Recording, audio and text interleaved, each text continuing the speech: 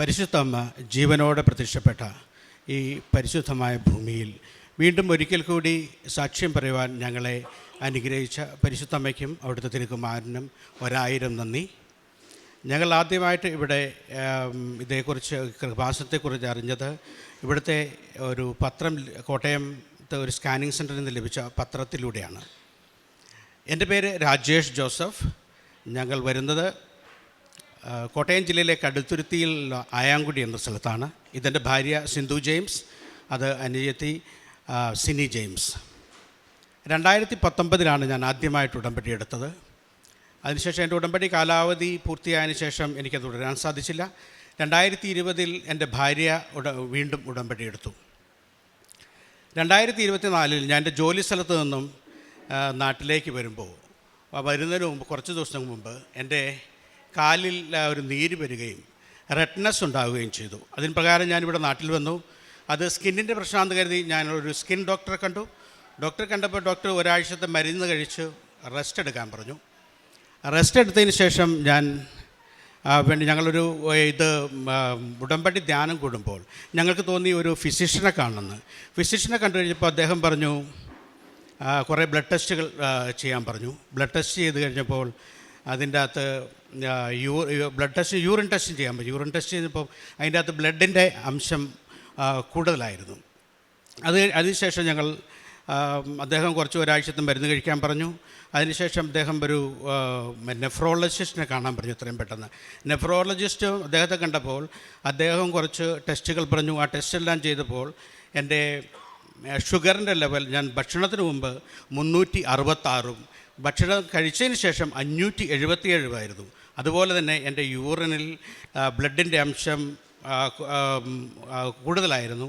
അദ്ദേഹം എന്നോട് ആദ്യം പറഞ്ഞത് ഇത് first stage of kidney disease എന്നാണ്. അത് കേട്ടപ്പോൾ ഞാനങ്ങ് തകർന്നു പോയി. അത് കാരണം അപ്പോൾ നിരാശയായി ഒത്തിരി, എനിക്ക് ഒന്ന് ചിരിക്കാൻ പോലും സാധിക്കാത്ത അവസ്ഥ. ആ അവസ്ഥയിലാണ് അദ്ദേഹം എത്രയും പെട്ടെന്ന് ഒരു എൻഡോക്രിനോളജിസ്റ്റിനെ കാണണം നിങ്ങൾ. അപ്പം അദ്ദേഹം പറഞ്ഞതനുസരിച്ച് അതിനു മുമ്പ് എൻഡോക്രിനോളജിസ്റ്റിനെ ഞങ്ങൾ കാണാൻ പോകുന്നൊരു ബുധനാഴ്ചയാണ്. അതിനു മുമ്പ് ഞങ്ങൾ ഇവിടെ വന്ന് അച്ഛൻ്റെ ബ്ലെസ്സിങ് വാങ്ങി. ആ ബ്ലഡ് ടെസ്റ്റ് റിപ്പോർട്ടിലെല്ലാം അച്ഛൻ ബ്ലെസ് ചെയ്തു. അതിനുശേഷം ഞങ്ങൾ ചൊവ്വാഴ്ചത്തെ ഉടമ്പടി ധ്യാനം കൂടി. ബുധനാഴ്ച ഞങ്ങൾ കാരിത്താസ് ഹോസ്പിറ്റലിൽ എൻഡോക്രിനോളജിസ്റ്റിനെ കാണാൻ പോയി. അദ്ദേഹം വളരെ കൂളായിട്ട് പറഞ്ഞു 5th സെഞ്ച്വറി അടിച്ചെന്നോ.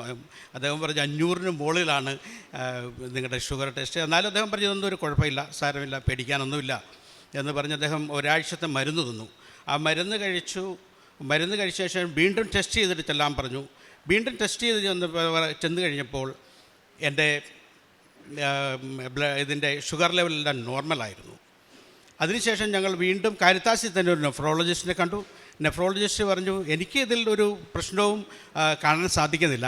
അതിനുശേഷം നിങ്ങൾക്ക് ഇങ്ങനെയൊരു സംശയം ഉള്ളതുകൊണ്ട് നിങ്ങളൊരു 24 hours യൂറിൻ ടെസ്റ്റ് ചെയ്യാൻ പറഞ്ഞു. അപ്പോൾ അങ്ങനെ 24 hours കളക്ട് ചെയ്ത യൂറിൻ ടെസ്റ്റ് അവിടെ തന്നെ ടെസ്റ്റ് ചെയ്യിച്ചു. അതിനുശേഷം ഞങ്ങൾ റിപ്പോർട്ട് കാണിക്കാൻ അദ്ദേഹത്തിൻ്റെ അടുത്ത് പോയി. അദ്ദേഹം പറഞ്ഞു ഞാനിതിലൊരു കുഴപ്പവും കാണുന്നില്ല. ശരിക്കും പറഞ്ഞാൽ ഇവിടെ വന്ന് പ്രാർത്ഥിച്ചതിന് ശേഷമാണ് എനിക്ക് ഒരു ചിരിക്കാൻ പോലും സാധിച്ചത്. കാരണം ഞാനാകെ അങ്ങോട്ട് ഇത് ഫസ്റ്റ് സ്റ്റേജ് ഓഫ് ഡിസീസ് എന്ന് കാരണം ഞാൻ നല്ലതുപോലെ വെള്ളം കുടിക്കുന്ന ആളാണ്. അപ്പോൾ ഇതിൻ്റെ അകത്ത് ഇങ്ങനെയൊരു സംഭവം ഉള്ളതായിട്ട് എനിക്ക് ഫീൽ ചെയ്തുമില്ല. അപ്പോൾ ഡോക്ടർ എന്നോട് ചോദിച്ചത് തന്നെ നിങ്ങൾക്കിത് മനസ്സിലാക്കാൻ സാധിച്ചില്ല എന്നാണ്. അപ്പോൾ ഇത് കേട്ടപ്പോൾ ഞാൻ ഭയങ്കര നിരാശനായിപ്പോയി. ഡോക്ടർ പറഞ്ഞത് ഇത് തുടക്കമാണ്, ഇത് നിങ്ങൾക്ക് ആകെ ഭയങ്കര ബുദ്ധിമുട്ടുണ്ടാക്കും നിങ്ങൾ സീരിയസ് ആയിട്ട് എടുത്തില്ലെങ്കിൽ. അപ്പോൾ അവിടുത്തെ കാരിത്താസിൽ ഡോക്ടർ പറഞ്ഞു ഇത് നോർമലാണ്, ഒന്നും പേടിക്കാനില്ല. ഈശോയ്ക്കും പരിശുദ്ധമ്മയ്ക്കും അവിടുത്തെ തിരുക്കുമാരനും 1000 നന്ദി. അതിനുശേഷം ഞാൻ ഉടമ്പടിയിൽ വയ്ക്കാത്തൊരു എനിക്കൊരു രോഗസൗഖ്യം കിട്ടിയത്. എൻ്റെ ഇടത്ത് ചെസ്റ്റിൻ്റെ അവിടെ ഒരു ചെറിയ മുഴയുണ്ടായിരുന്നു. ഒരു ദിവസം രാത്രി ഉറങ്ങുന്നതിൻ്റെ ഇടയ്ക്ക് ഞാനിങ്ങനെ അറിയാതെ പിടിച്ചു നോക്കി, അവിടെ ഭയങ്കര ഒരു വേദന. അപ്പോൾ വേദന വന്നു കഴിഞ്ഞപ്പോൾ ഞാനത് എൻ്റെ ഭാര്യയോടൊന്നും പറഞ്ഞില്ല. ഞാനത് ഒരു 2 ദിവസം കഴിഞ്ഞപ്പോൾ ഞാൻ തനിയെ ഇവിടെ വന്ന് ഞാനിവിടെ നിന്ന് പ്രാർത്ഥിച്ചിട്ട് തിരിച്ചു പോയി. അപ്പോൾ തിരിച്ചു പോയപ്പോൾ ഞാൻ ഉടമ്പടി തൈലം പുരട്ടി പ്രാർത്ഥിക്കാൻ തുടങ്ങി. ഞാൻ എൻ്റെ ജോലി സ്ഥലത്തേക്ക് തിരിച്ചുപോയി കുറച്ച് ദിവസം കഴിഞ്ഞപ്പോൾ ഞാൻ നോക്കുമ്പം എനിക്ക് അവിടെ അങ്ങനെ ഒരു മുഴയില്ല. അപ്പോൾ അതിനും പരിശുദ്ധമ്മയ്ക്കും തിരുക്കുമാരനും 1000 നന്ദി.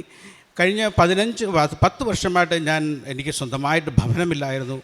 ഞാൻ ഇവിടെ വന്ന് ഞങ്ങൾ രണ്ടുപേരും ഉടമ്പടി എടുത്തതിന് ശേഷമാണ് ഞങ്ങൾക്ക് ഒരു സ്ഥലം വാങ്ങുവാനും പിന്നെ ഞങ്ങളുടെ ഭവനത്തിൻ്റെ 95% പണി പൂർത്തിയാക്കാനും ഞങ്ങൾക്ക് ലോണൊന്നും ഇല്ലാതെ തന്നെ പൂർത്തിയാക്കാൻ കഴിഞ്ഞു. പക്ഷേ അവസാനം ഞങ്ങൾക്ക് കുറച്ച് ലോൺ എടുക്കേണ്ടതായിട്ട് വന്നു സാമ്പത്തികമാണ്. ആ സാമ്പത്തികം ഉണ്ടായത് തന്നെ ഞങ്ങൾ ഉടമ്പടി എടുത്തതിന് ശേഷമാണ്. എനിക്ക് പുതിയ പ്രൊജക്റ്റുകൾ എൻ്റെ ജോലിയെ കൂടാതെ ഈ കൺസൾട്ടൻസീസ് സർവീസ് ചെയ്യുന്നതാണ്. അപ്പോൾ അതെനിക്ക് ഇവിടെ ഉടമ്പടി എടുത്തതിന് ശേഷം എനിക്ക് കൂടുതൽ കൺസൾട്ടൻസി വർക്കുകൾ കിട്ടാൻ തുടങ്ങി. എനിക്ക് കൂടുതൽ സാമ്പത്തികമായ അനുഗ്രഹങ്ങൾ കിട്ടാൻ തുടങ്ങി. അതുമാത്രമല്ല ഞാൻ കാരിത്താസ് ഹോസ്പിറ്റലിൽ പോകുന്നതിന് മുമ്പ് എൻ്റെ മുടങ്ങിപ്പോയ ഉടമ്പടി ഞാൻ പുതുക്കി. അപ്പോൾ ഇതിനെല്ലാം എനിക്ക് നൽകിയ അനുഗ്രഹങ്ങൾക്ക്, എൻ്റെ കുടുംബത്തിന് നൽകിയ അനുഗ്രഹങ്ങൾക്കെല്ലാം പരിശുദ്ധ അമ്മയ്ക്കും അവിടെ തിരുക്കുമാരനും 1000 നന്ദി പറയുന്നു. എൻ്റെ ഭാര്യയ്ക്ക് പറയാനുള്ള കാര്യങ്ങൾ പറയും. എൻ്റെ പേര് സിന്ധു. ഞാൻ 2020 ഉടമ്പടി എടുക്കുന്നത്. ഉടമ്പടി എടുത്ത് ഞങ്ങളൊരു സാക്ഷ്യം പറഞ്ഞതാണ്. അതിനുശേഷം 2019 എൻ്റെ ജീവിത പങ്കാളി ഉടമ്പടി എടുത്തെങ്കിലും അത് പൂർത്തിയാക്കാൻ പറ്റിയില്ല. ഞാൻ പുതിയതെടുക്കുക ചെയ്തേ 2020. അപ്പോൾ ഞങ്ങൾ രണ്ടുപേരും ഉടമ്പടി തന്നെയായിരുന്നു. 2024 എൻ്റെ ജീവിത പങ്കാളിക്ക് ഇങ്ങനൊരു അസുഖം എന്നറിഞ്ഞപ്പോൾ ഭയങ്കര സങ്കടമായി. എന്ത് ചെയ്യണമെന്ന് അറിയില്ല. ഞങ്ങൾക്ക് 3 കുട്ടികളാണ്. ഞങ്ങൾക്ക് സ്വന്തമായൊരു വീടില്ല, എനിക്കൊരു ജോലിയില്ല. ജീവിത പങ്കാളിയുടെ വരുമാനമാർഗം കൊണ്ടാണ് കഴിഞ്ഞു പോയിക്കൊണ്ടിരിക്കുന്നത്. മാതാവേ, ഒരു തീരാരോഗ്യമാക്കലേ എന്നാണ് ഞാൻ പ്രാർത്ഥിച്ചത്.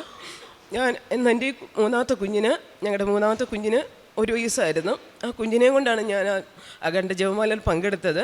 അതിന് ശേഷമാണ് ഞങ്ങൾ ആ ടെസ്റ്റ് ചെയ്യാനൊക്കെ ആയിട്ട് പോയത്. അപ്പോഴാണ് എല്ലാം നോർമലായി കിട്ടി. ഞങ്ങൾക്ക് പറയാനായിട്ട് അന്ന് സാധിച്ചില്ല. കാരണം ഞാൻ എൻ്റെ അനിയത്തിയുടെ ഒരു നിയോഗം കൂടെ വെച്ചായിരുന്നു. കൂടാതെ ഞങ്ങളുടെ വീട് പണി നടന്നുകൊണ്ടിരിക്കുന്നത്. ഇതെല്ലാം ഒരുമിച്ച് പറയുന്ന കരുതിയാണ് താമസിച്ചു പോയത്. അതിന് പരിശുദ്ധത്തിന് ക്ഷമ ചോദിക്കുന്നു. കൂടാതെ ഞാൻ ആദ്യം ഉടമ്പടി എടുത്ത സമയത്ത് എനിക്ക് പോളിസിസ്റ്റിക് ഓവറിയുടെ ഒരു ബുദ്ധിമുട്ടുണ്ടായിരുന്നു. എനിക്ക് ബ്ലീഡിങ് ആയിരുന്നു ആ സമയത്ത്. ഞാൻ ആ കാര്യങ്ങൾ മറന്നുപോയി. നിയോഗത്തിൽ വെച്ച കാര്യം ഞാൻ മറന്നുപോയി. ഈ കഴിഞ്ഞ ഇടയ്ക്കാണ് ഞാൻ ഓർത്ത് എനിക്ക് അങ്ങനെ ഒരു അസുഖം ഉണ്ടായിരുന്നു. എനിക്ക് പീരിയഡ്സ് ഇടവിട്ടായിരുന്നു. അപ്പോൾ അതിനുശേഷം എല്ലാ മാസവും എനിക്ക് വരുമായിരുന്നു. ഇപ്പോഴത്തെ ലാസ്റ്റ് സ്കാനിങ്ങിലാണ് എനിക്ക് ഓവറിയിൽ അങ്ങനെ ഒരു സിസ്റ്റ് ഇല്ല. അത് പരിശുദ്ധ അമ്മയ്ക്കും ഈശോയ്ക്കും കൊടാനും കൂടി നന്ദി പറയുന്നു. കൂടാതെ ഞാൻ ഈ ഉടമ്പടിയിലായിരിക്കുമ്പോൾ മൂന്നാമത്തെ കുഞ്ഞ് ഞങ്ങളിവിടെ വന്ന് പ്രാർത്ഥിച്ചതിന് ശേഷമാണ് ഉണ്ടായത്. അതായത് ഞങ്ങൾക്ക് 3 കുഞ്ഞുങ്ങൾ വേണമെന്നുണ്ടായിരുന്നു. എനിക്ക് ഈ പോളിസിസ്റ്റിൻ്റെ ബുദ്ധിമുട്ടുള്ളത് കൊണ്ട് ആദ്യത്തെ കുഞ്ഞുണ്ടായി 5 വർഷം കഴിഞ്ഞിട്ടാണ് രണ്ടാമത്തെ കുഞ്ഞുണ്ടായത്. അപ്പോൾ ഈ സ്ഥലമില്ലാത്തതിന് പേരിൽ ജോസഫച്ചനെ കണ്ടപ്പോൾ ഇവിടെ നിന്ന സമയത്ത് ഞാൻ അച്ഛനോട് ചാടി പറഞ്ഞു, അച്ഛാ ഞങ്ങൾക്കൊരു മൂന്നാമതൊരു കുഞ്ഞു വേണം. ആദ്യത്തെ കുഞ്ഞിങ്ങനെ താമസിച്ചാണ് ഉണ്ടായത്. അപ്പോൾ അച്ഛൻ ആ സമയത്ത് പ്രാർത്ഥിച്ചു. ഒരു ഡിസംബറിലാണ് പ്രാർത്ഥിച്ചത്. അപ്പോൾ ജനുവരിയിൽ ഞാൻ പ്രഗ്നൻ്റായി. അപ്പോൾ അത് കഴിഞ്ഞിട്ട് കുഞ്ഞുണ്ടായതിന് ശേഷം എനിക്ക് അങ്ങനെ പറഞ്ഞിരിക്കുന്ന കാര്യങ്ങൾ അങ്ങ് പൂർത്തിയാക്കാൻ പറ്റുന്നില്ല. എനിക്ക് ബൈബിൾ വായിക്കാൻ പോലും എനിക്ക് സമയം കിട്ടുന്നില്ല. ഞാൻ എന്നാലും എൻ്റെ ജീവിത പങ്കാളി നാട്ടിൽ വരുന്ന സമയത്ത് ഞങ്ങൾ കുഞ്ഞിനെ കൊണ്ട് പോയി രോഗി സന്ദർശനത്തിന് പോവും, ഓൾഡ് ഏജ് ഹോമിൽ പോവും, അങ്ങനെ എല്ലാം ചെയ്തുകൊണ്ട് വരുന്നു. എന്നാലും എനിക്ക് ബുദ്ധിമുട്ടായി. അപ്പോൾ ഞാൻ ഓർത്ത് എൻ്റെ ഉടമ്പടി നിർത്തിയാൽ എനിക്ക് പറ്റുന്നില്ല. ഞാൻ അങ്ങനെ മനസ്സിൽ വിചാരിച്ചു. അങ്ങനെ ഇത് തീരുമാനിച്ച സമയത്ത് ഞാനൊരു ജോസഫ് അച്ഛൻ്റെ ഉടമ്പടി ധ്യാനം കൂടുകയാണ്. അപ്പം അച്ഛൻ പറയുകയാണ്, നിങ്ങൾക്ക് 3-4 കുട്ടികളുണ്ടാകുമ്പോഴായിരിക്കും ദൈവം നിങ്ങളോട് ഉടമ്പടി എടുക്കാൻ പറയുന്നത്. നിങ്ങൾ പറയും, അയ്യോ സമയമില്ല, കുഞ്ഞുങ്ങളെ നോക്കണം. അപ്പം ദൈവത്തിന് എളുപ്പമായി, നിങ്ങൾ ദൈവത്തിൻ്റെ സന്നിധിയിൽ നിന്ന് തള്ളിക്കളയാൻ എളുപ്പമായി. അപ്പോൾ എനിക്ക് തോന്നി അത് എന്നോടാണ്. ഞാൻ ആ ഉടമ്പടി തന്നെ പുതുക്കിക്കൊണ്ട് പോയി. ആ സമയത്താണ് എൻ്റെ ജീവിത പങ്കാളിക്ക് ഇങ്ങനെ ഒരു രോഗാവസ്ഥ വരുന്നത്. ജീവിത പങ്കാളി ആകെ മൂഡ് ഓഫായി. ഞാൻ ഉടമ്പടി തന്നെ ഒന്നും ഞാൻ കരഞ്ഞില്ല. ആ സമയത്തൊന്നും ഞാൻ കരഞ്ഞ് പ്രാർത്ഥിക്കണം ഇദ്ദേഹം കണ്ടിട്ടില്ല. ഞാൻ എൻ്റെ മാതാവിൻ്റെ രൂപി മാത്രമേ ഞാൻ കരഞ്ഞിട്ടുള്ളൂ. എൻ്റെ ദൈവമേ, എൻ്റെ ജീവിത പങ്കാളി തീരെ രോഗിയാക്കല്ലേ എന്ന് ഞാൻ പ്രാർത്ഥിച്ചു. അതിനുശേഷം ഞാൻ എൻ്റെ കുഞ്ഞിനെയും കൊണ്ട് നിറകണ്ണുകളോടെയാണ് അഖണ്ഡ ജപമാല പങ്കെടുത്തത്. അതിനുശേഷം എല്ലാം നോർമലായി. ദൈവത്തിന് ഒത്തിരി നന്ദി പറയുന്നു. കൂടാതെ മൂന്നാമത്തെ കുഞ്ഞുണ്ടായതിന് ശേഷം 2ാമത്തെ മാസം തൊട്ട് കുഞ്ഞിന് ഭയങ്കര ഡ്രൈ സ്കിന്നിൻ്റെ പ്രോബ്ലം ആയിരുന്നു. മുഖമൊക്കെ വെളുത്ത് ആകെപ്പാട് പ്രശ്നം. കൈത്തണ്ടയിലൊക്കെ വെള്ളം, വിരലുകൊണ്ട് നഖം കൊണ്ടാൽ തന്നെ വെള്ളം വരുമായിരുന്നു. അങ്ങനെ കുഞ്ഞിൻ്റെ മാമോദീസ കഴിഞ്ഞ് ഞങ്ങളിവിടെ കുഞ്ഞിനെ കാണിക്കാനായിട്ട് കൊണ്ടുവന്നു. ഞാൻ ആ മൈനൊറവിളക്കിൻ്റെ അവിടെ നിന്ന് ഒരു തുള്ളി തൈലെടുത്ത് കുഞ്ഞിൻ്റെ 2 കൈകളിലും പുരട്ടി പ്രാർത്ഥിച്ചു. അതിനുശേഷം ഉടമ്പടി നിയോഗം വെച്ചു. അതെല്ലാം മാറി കിട്ടിയപ്പോൾ ഒരു 99% മാറി. അതിന് പരിശുദ്ധ അമ്മയ്ക്ക് ഈശോയ്ക്ക് ഞാൻ നന്ദി പറയുന്നു. കൂടാതെ എൻ്റെ അനിയത്തിക്ക് 2ാമതൊരു കുഞ്ഞിനായിട്ട് ഞാൻ നിയോഗം വെച്ചിരുന്നു. അത് അവളും പങ്കെടുത്തിരുന്നു അഖണ്ഡ ജപമാല റാലിയിൽ. 2024 ജപമാല റാലി പങ്കെടുത്തതിന് ശേഷം അവൾ ടെസ്റ്റ് ചെയ്തപ്പോഴത്തേനും അവൾക്ക് അത് പോസിറ്റീവായി. പരിശുദ്ധ അമ്മയ്ക്കും ഈശോയ്ക്കും കോടാനുകോടി നന്ദി പറയുന്നു. പ്രേക്ഷിത പ്രവർത്തനങ്ങൾ ഞാൻ എല്ലാ മാസവും വരും. ഞാൻ എൻ്റെ കുഞ്ഞിനെയും കൊണ്ട് വരും, കൂടെ അമ്മേനെയും കൂട്ടും. കുഞ്ഞിനെ കൊണ്ട് വരാൻ ബുദ്ധിമുട്ടായതുകൊണ്ട് ഞാൻ അമ്മേനെയും കൊണ്ടാണ് വരുന്നത്. ഞങ്ങൾ എല്ലാ മാസവും വന്ന് പത്രം വാങ്ങും. കൂടാതെ എൻ്റെ ജീവിത പങ്കാളിക്ക് ഞാൻ ഡൽഹിയിലാണ് വർക്ക് ചെയ്യണേ, ഡൽഹിക്ക് അയച്ചു കൊടുക്കും. അദ്ദേഹം അവിടെ എല്ലാം വിതരണം ചെയ്യും. കൂടാതെ ഞാൻ എല്ലാ മാസവും ഞാൻ ഓൾഡ് ഏജ് ഹോമിൽ പോകും. ഞങ്ങൾക്ക് ഉള്ളത് വെച്ച് ഞാൻ എല്ലാ മാസവും ഞാൻ വിതരണം ചെയ്യും. ഹോസ്പിറ്റലുകളിൽ പോയി ഭക്ഷണപ്പൊതി കൊണ്ട് കൊടുക്കും. എൻ്റെ മുമ്പിൽ കൈ നീട്ടുന്ന ഏതൊരു വ്യക്തിക്കും ഞാൻ എൻ്റെ കയ്യിലുള്ളത് ഞാൻ കൊടുക്കും. പിന്നെ യാത്ര ചെയ്യുമ്പോൾ ഞാൻ ആരെങ്കിലും കാണുവാണെങ്കിൽ, വഴിയേരിയിലൊക്കെ ഇരിക്കുന്നവരെ കാണുവാണെങ്കിൽ ഞാൻ ഒരു നേരത്തെ ആഹാരം അല്ലെങ്കിൽ പൈസ ഞാൻ കൊടുക്കും. പിന്നെ കൂടാതെ ഞാൻ പത്രം വാങ്ങിച്ച് ഞങ്ങൾ വീടുകളിൽ കൂടെ കയറി തന്നെയാണ് കൊടുക്കുന്നത്. പള്ളികളിൽ ഒരിക്കലും വിതരണം ചെയ്തിട്ടില്ല, വീടുകളിൽ കൂടെ തന്നെയാണ് കൊണ്ട് വിതരണം ചെയ്യുന്നത്. പരിശുദ്ധ അമ്മയ്ക്കും എൻ്റെ ജീവിതത്തിൽ ചെറുതും വലുതുമായ ഒത്തിരി അനുഗ്രഹങ്ങൾ പരിശുദ്ധ അമ്മ ഈശോ തന്നിട്ടും. കൂടാതെ സാക്ഷ്യം പറയുന്ന നേർന്നതിൻ്റെ പേരിൽ അതിലും ഞങ്ങൾക്ക് ഒത്തിരി അനുഗ്രഹങ്ങൾ കിട്ടിയിട്ടുണ്ട്. അത് ഞാൻ സിസ്റ്ററോട് പറയാൻ വിട്ടുപോയി. ഒരു സാക്ഷ്യം ഞാൻ പറയാമോ? എൻ്റെ കുഞ്ഞിൻ്റെ തൊണ്ടയിൽ, രണ്ടാമത്തെ മോളുടെ തൊണ്ടയിൽ ഒരു മുള്ളു തറഞ്ഞു പോയി. അപ്പോൾ ഞാനും പിള്ളേരും മാത്രം അമ്മയുള്ളൂ. അപ്പോൾ പിറ്റേ ദിവസം ഞായറാഴ്ച നമുക്കറിയാം, കുഞ്ഞുങ്ങളെ കൊണ്ടൊന്ന് ഹോസ്പിറ്റലിൽ പോയി കഴിഞ്ഞ് കഴിഞ്ഞാൽ ഒരു ഭയങ്കര ബഹളമായിരിക്കും. ഞാൻ ആദ്യം ഉപ്പും തേനും കൊടുത്തു, അത് മാറിയില്ല. ഞാൻ പിന്നെ ഒരു പ്രതീക്ഷയാണ്, പ്രാർത്ഥന ചൊല്ലി ഞാൻ ആ കവിളിലും തൊണ്ടയിലൊക്കെ ആയിട്ട് പുരട്ടി പ്രാർത്ഥിച്ചു. അത് അവളെ ഭക്ഷണം കഴിച്ച് കുറച്ച് കഴിഞ്ഞപ്പോഴത്തേനും അതെല്ലാം മാറിപ്പോയി. ഞാൻ സാക്ഷ്യം പറഞ്ഞേക്കാരുന്ന നേരത്തിൻ്റെ പേരിലാണ്. അങ്ങനെ ഒത്തിരി അനുഗ്രഹങ്ങൾ സാക്ഷ്യം പറഞ്ഞേക്കാരുന്ന അതിൻ്റെ പേരിൽ ഒത്തിരി അനുഗ്രഹങ്ങൾ പരിശുദ്ധ അമ്മ എനിക്ക് ചെയ്തു തന്നിട്ടുണ്ട്. ഇനിയും ഉടമ്പടിയിൽ തന്നെ ഞാനും എൻ്റെ കുടുംബവും ജീവിക്കാൻ ആഗ്രഹിക്കുന്നു. എൻ്റെ പേര് സിനി ജെയിംസ്. ഞാൻ എറണാകുളം ജില്ല പൂയംകുട്ടി ഇടവങ്കമാണ്. ഞാൻ 2022 ആദ്യമായി ഉടമ്പടി എടുക്കുന്നത്. എൻ്റെ സഹോദരി വഴിയാണ് ഞാൻ പരിശുദ്ധ അമ്മയെക്കുറിച്ച് അറിയുന്നത്. എൻ്റെ ജീവിതത്തിൽ ഒരുപാട് അനുഗ്രഹങ്ങൾ അമ്മ തന്നിട്ടുണ്ട്. ചെറുതും വലുതുമായ ഒരുപാട് അനുഗ്രഹങ്ങൾ തന്നിട്ടുണ്ട്. അതിൽ പ്രധാനമായിട്ടും എനിക്ക് എൻ്റെ മൂത്ത കുട്ടി, ഞാൻ ഉടമ്പടി എടുക്കുമ്പോൾ മൂത്ത കുട്ടിക്ക് 2.25 വയസ്സായിരുന്നു. അവൾ അധികം സംസാരിച്ച് തുടങ്ങിയില്ല. പപ്പ അമ്മ എന്ന് മാത്രമേ പറയുന്നുണ്ടായിരുന്നുള്ളൂ. ഉടമ്പടി എടുത്ത് ഒരാഴ്ചക്കുള്ളിൽ തന്നെ അവൾ സംസാരിക്കാൻ തുടങ്ങി. ഉടമ്പടി തൈലം നാവിൽ പുരട്ടി പ്രാർത്ഥിക്കുന്നുണ്ടായിരുന്നു. അതിന് ഫലമായി അവൾ നന്നായിട്ട് സംസാരിക്കാൻ തുടങ്ങി. രണ്ടാമതായിട്ട് എനിക്ക് രണ്ടാമതൊരു കുഞ്ഞിന് വേണ്ടി വെച്ചിരുന്നു. യോഗത്തിൽ ആദ്യത്തെ ഉടമ്പടിയിൽ തന്നെ വെച്ചിരുന്നു. പിന്നീട് അച്ഛൻ പറഞ്ഞ പോലെ ഒരു തവണ വെച്ചാൽ പിന്നെ വെക്കണ്ടെന്ന് പറഞ്ഞതുപോലെ ഞാൻ മാതാവിന് സമർപ്പിച്ചിരുന്നു. അത് കഴിഞ്ഞിട്ട് 2024 ഞാൻ ജപമാല റാലിയിൽ ഞങ്ങൾ പങ്കെടുത്തിരുന്നു. അതിനുശേഷം ആ മാസം തന്നെ ഞാൻ ക്യാരിങ് ആയി. ഒക്ടോബർ മാസം തന്നെ ക്യാരിങ് ആയി. മാതാവിൻ്റെ മാസത്തിൽ തന്നെ ക്യാരിങ് ആയി. അതിനുശേഷം 16/6/2025 എനിക്കൊരു മോളെ നൽകി അനുഗ്രഹിച്ചു. ഈശോയ്ക്കും മാതാവിനും കൊടാനുകൂടി നന്ദി പറയുന്നു. പ്രേക്ഷിത പ്രവർത്തനം, കാരുണ്യപ്രവർത്തികളും ഞാൻ പറ്റുന്ന രീതിയിൽ ചെയ്തിട്ടുണ്ട്. ആദ്യത്തെ 90 ദിവസങ്ങളിലാണ് കൂടുതലായിട്ട് ഞാൻ ചെയ്തേക്കുന്നത്. അതിനുശേഷം എനിക്ക് നല്ല രീതിയിൽ ചെയ്യാൻ പറ്റിയിട്ടില്ല. അതിന് ഈശ്വരൻ മാതാവിനെ ഞാൻ മാപ്പ് ചോദിക്കുന്നു. ആത്മീയ ജീവിതത്തിൽ ബൈബിൾ വായനയുണ്ട്. പിന്നെ ഞായറാഴ്ചകളിൽ കുർബാനയ്ക്ക് പങ്കെടുക്കാറുണ്ട്. പറ്റുന്ന ഇടദിവസങ്ങളിലും പങ്കെടുക്കാറുണ്ട്. ഈശോയ്ക്കും മാതാവിനും 1000 നന്ദി. അഭികാമ്യമായ ദാനമാണ് എനിക്ക് അളന്നു കിട്ടിയിരിക്കുന്നത്. വിശിഷ്ടമായ അവകാശം എനിക്ക് ലഭിച്ചിരിക്കുന്നു. സങ്കീർത്തനം 16:6. ദൈവം നമുക്ക് നൽകിയ ജീവിതവും അനുഗ്രഹങ്ങളും ഏറ്റവും മികച്ചത് സന്തോഷകരവുമാണ്. ഈശോയും അമ്മയും നമ്മുടെ കൂടെ ഉണ്ടെങ്കിൽ നമ്മൾക്ക് ഏറ്റവും മനോഹരമായ ഭാഗം നമുക്ക് അവകാശമായി ലഭിക്കുമെന്നുള്ളതാണ് ഉടമ്പടി മക്കളുടെ ജീവിതത്തിൽ നാം കാണുന്നത്. ദൈവത്തിൽ ആശ്രയിക്കുന്നവർ അവരുടെ ജീവിതത്തിൽ കഷ്ടതയായാലും ദുഃഖമായാലും എവിടെയും ധൈര്യവും ഒരു സന്തോഷവും അവർ കണ്ടെത്തും എന്നതാണ് രാജേഷ് എന്ന മകനും സിനി സിൻഡോ എന്ന മകളും നമ്മളോട് സാക്ഷ്യപ്പെടുത്തിയത്. ദൈവത്തിലുള്ള സമ്പൂർണ്ണമായ ആശ്രയവും അവിടുന്ന് നൽകുന്ന ജീവിതത്തിലെ അനുഗ്രഹങ്ങളും യേശുവിലുള്ള നിത്യരക്ഷയുമാണ് അവർ സാക്ഷ്യത്തിൽ സമർപ്പിച്ച് പ്രാർത്ഥിച്ചത്. ആദ്യം പറഞ്ഞത് രാജേഷിൻ്റെ ഫസ്റ്റ് സ്റ്റേജിലുടനെ കിഡ്നി ഡിസീസായിരുന്നു. ഇവിടെ വന്ന് പ്രാർത്ഥിച്ചു. ആദ്യമൊക്കെ ഭയപ്പെട്ടുവെങ്കിലും പിന്നീട് വിശ്വാസത്തോടെ അവർ ദൈവത്തിൻ്റെ സന്നിധിയിൽ ഇവിടെ പരിശുദ്ധമ്മ ജീവനോടെ പ്രത്യക്ഷപ്പെട്ട ഈ ആലയത്തിൽ വന്ന് പ്രാർത്ഥിച്ചപ്പോൾ ബഹുമാനപ്പെട്ട ജോസഫ് അച്ഛൻ്റെ ബ്ലെസ്സിങ് കിട്ടി. തിരിച്ചു പോയി. വീണ്ടും ടെസ്റ്റ് ചെയ്തപ്പോൾ ആ കിഡ്നിയുടെ ഡിസീസ് ഒന്നും ഇല്ല എന്നാണ് കണ്ടെത്തിയത്. പരിശുദ്ധ അമ്മ ജീവനോടെ പ്രത്യക്ഷപ്പെട്ടപ്പോൾ ജോസഫ് അച്ഛൻ ആണ് കണ്ടത്. ജോസഫ് അച്ഛന് വലിയ അനുഗ്രഹം ലഭിച്ചതാണ്. ആ അനുഗ്രഹത്തിൻ്റെ ഒരു അനുഗ്രഹമാണ്, അതിൻ്റെ ഒരു പങ്കാണ് അച്ഛൻ്റെ പ്രാർത്ഥനയിലൂടെ, അച്ഛൻ്റെ ജീവിതത്തിലൂടെ നമുക്കും കൈമാറുന്നത്. അതിൽ ഈ അനുഗ്രഹം ഈ മകന് രോഗസൗഖ്യമായി ഈ മകന് ലഭിക്കുവാൻ സാധിച്ചു. പിന്നെ ചെസ്റ്റിലുണ്ടായിരുന്ന ഒരു മുഴ, അത് ഈ മകൻ ഉടമ്പടി വസ്തുക്കൾ വിശ്വാസപ്രമാണം ചൊല്ലി പ്രാർത്ഥിച്ച് പരിശുദ്ധ അമ്മയിൽ വിശ്വാസം അർപ്പിച്ച് ഈശോയുടെ രോഗസൗഖ്യത്തിനായി പ്രാർത്ഥിച്ചു. നമ്മുടെ ഓരോ കാര്യങ്ങളും വിശ്വാസത്തോടെ വിശ്വസ്തയോടെ നമ്മൾ പ്രാർത്ഥിക്കുമ്പോൾ നമ്മുടെ കണ്ണീരെല്ലാം ഒപ്പിത്തന്ന് നമ്മുടെ പ്രാർത്ഥനയെല്ലാം ഈശോയുടെ അരികിലേക്ക് കൊടുക്കുന്നതാണ് പരിശുദ്ധ അമ്മ. അമ്മയുടെ മാധ്യസ്ഥം വഴിയാണ് നമുക്ക് ഈ രോഗസൗഖ്യങ്ങളെല്ലാം ലഭിക്കുന്നത്. പിന്നെ ഉണ്ടായിരുന്നത് ഈ മകളുടെ പ്രശ്നമായിരുന്നു, ബയോലാറ്ററൽ പോളിസിസ്റ്റിക് ഓവറിയുടെ പ്രശ്നം ഉണ്ടായിരുന്നു. അതും ഇതുപോലെ തന്നെ പ്രാർത്ഥനയുടെ ഫലമായിട്ടാണ് ഈ മകൾക്ക് ആ രോഗസൗഖ്യം ലഭിച്ചത്. വിശ്വാസത്തോടെ നമ്മൾ യാചിക്കുന്ന എന്തും, കണ്ണീരോടെ വിലാപത്തോടെ നമ്മൾ പ്രാർത്ഥിക്കുന്നത് എന്തും ഈശോയും അമ്മയും നമ്മൾക്ക് തരുന്നതാണ്. അത് നമ്മൾ ഈ ഉടമ്പടി മക്കളുടെ ജീവിതത്തിൽ, ഓരോ വ്യക്തികളുടെ ജീവിതത്തിൽ നമ്മൾ കാണുന്നത്. പിന്നീടുണ്ടായിരുന്ന 10 വർഷം ഇവർ വാടകയ്ക്ക് താമസിക്കുകയായിരുന്നു. ഒരു ഭവനത്തിന് വേണ്ടി ആഗ്രഹിച്ചു. സാമ്പത്തിക ബുദ്ധിമുട്ടുകളുടെ ഇടയിൽ ഒരു ഭവനം നിർമ്മിക്കുക എന്നൊരു സ്വപ്നം മാത്രമായിരുന്നു. ഇവിടെയും സമയചുരുക്കത്തിൻ്റെ അമ്മ 10 വർഷം പറ്റാത്ത കാര്യമാണ്.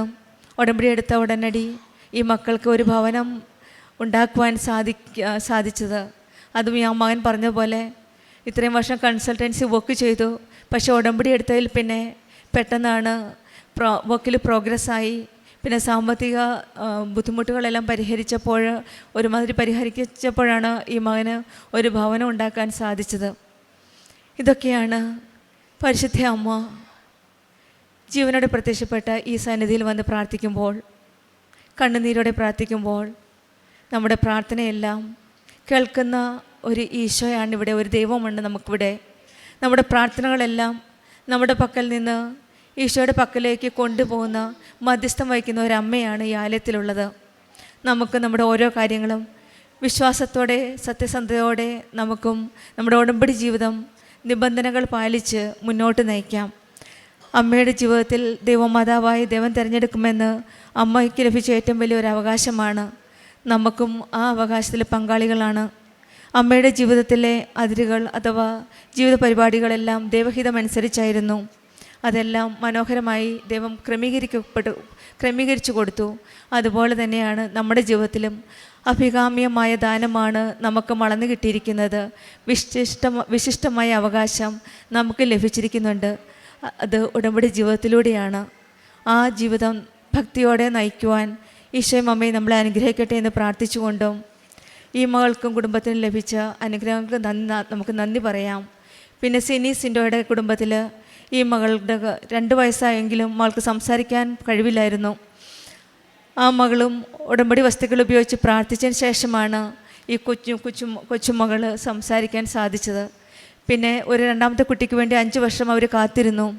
കാരണം പ്രായത്തിൻ്റെ പ്രശ്നങ്ങളും. ഇപ്പോൾ 1ാമത്തെ കൊച്ചു കഴിഞ്ഞ് 5 വർഷം അവർ കാത്തിരിക്കേണ്ടി വന്നു. അതിനുശേഷമാണ് ഈ 2 ചേച്ചിയും അനിയത്തിയും ഉടമ്പടിയിൽ നിയോഗമായി സമർപ്പിച്ചതിൻ്റെ ഫലമായിട്ടാണ് 5 വർഷം കഴിഞ്ഞിട്ട് ഈ 2ാമത്തെ കുട്ടി സാൻഡ്ര ഉണ്ടായത്. അതും ദൈവത്തിൻ്റെ ഒരു വലിയ ഒരു അനുഗ്രഹമാണ്. കാരണം നമുക്ക് മെറിറ്റില്ലാന്ന് തോന്നുമ്പോഴും 5 വർഷം ഇവർ പല രീതിയിലും ശ്രമിച്ചു, ട്രീറ്റ്മെൻറ്റ് ചെയ്തുവെങ്കിലും അതൊന്നും ഫലിക്കാതായപ്പോഴാണ് പരിശുദ്ധ അമ്മയുടെ അരികിലെത്തി പറ്റാത്ത സാധ്യങ്ങൾ, ബഹുമാനപ്പെട്ട ജോസഫ് അച്ഛൻ പറയുന്ന പോലെ അസാധ്യമായെന്ന് കരുതുന്ന കാര്യങ്ങളാണ് നിങ്ങൾ ഉടമ്പടിയിൽ നിയോഗമായിട്ട് സമർപ്പിക്കുന്നത്. നമ്മുടെ എല്ലാ മെറിറ്റും പോയി കഴിയുമ്പോഴാണ് ഈശോയും അമ്മയും നമ്മുടെ എല്ലാ കാര്യങ്ങളും ഏറ്റെടുക്കുന്നത്. അങ്ങനെ ഇവർ പ്രാർത്ഥിച്ചതിൻ്റെ ഫലമായിട്ടാണ് ഇന്ന് ഈ കുഞ്ഞു സാൻഡ്ര പരിശുദ്ധ അമ്മയുടെ സന്നിധിയിൽ സാക്ഷ്യപ്പെടുത്തുവാനായിട്ട് എത്തിയത്. ഈ 2 കുടുംബത്തിനും, രാജേഷിൻ്റെ കുടുംബത്തിനും സിൻഡിയുടെ കുടുംബത്തിനും ലഭിച്ച എല്ലാ അനുഗ്രഹങ്ങൾക്കും നമുക്ക് കരങ്ങളടിച്ച് ദൈവത്തെ മഹത്വപ്പെടുത്താം. അത്യപൂർവ ദൈവാനുഭവങ്ങൾ ഇനി നിങ്ങൾക്കും സ്വന്തം. ഈ യൂട്യൂബ് ചാനൽ ഇതുവരെ സബ്സ്ക്രൈബ് ചെയ്തിട്ടില്ലെങ്കിൽ ഇപ്പോൾ തന്നെ സബ്സ്ക്രൈബ് ചെയ്യുക. ഈ വീഡിയോ ഇപ്പോൾ തന്നെ നിങ്ങളുടെ സുഹൃത്തുക്കൾക്ക് ഷെയർ ചെയ്തുകൊണ്ട് കർത്താവിൻ്റെ പ്രേക്ഷിതരാകുക.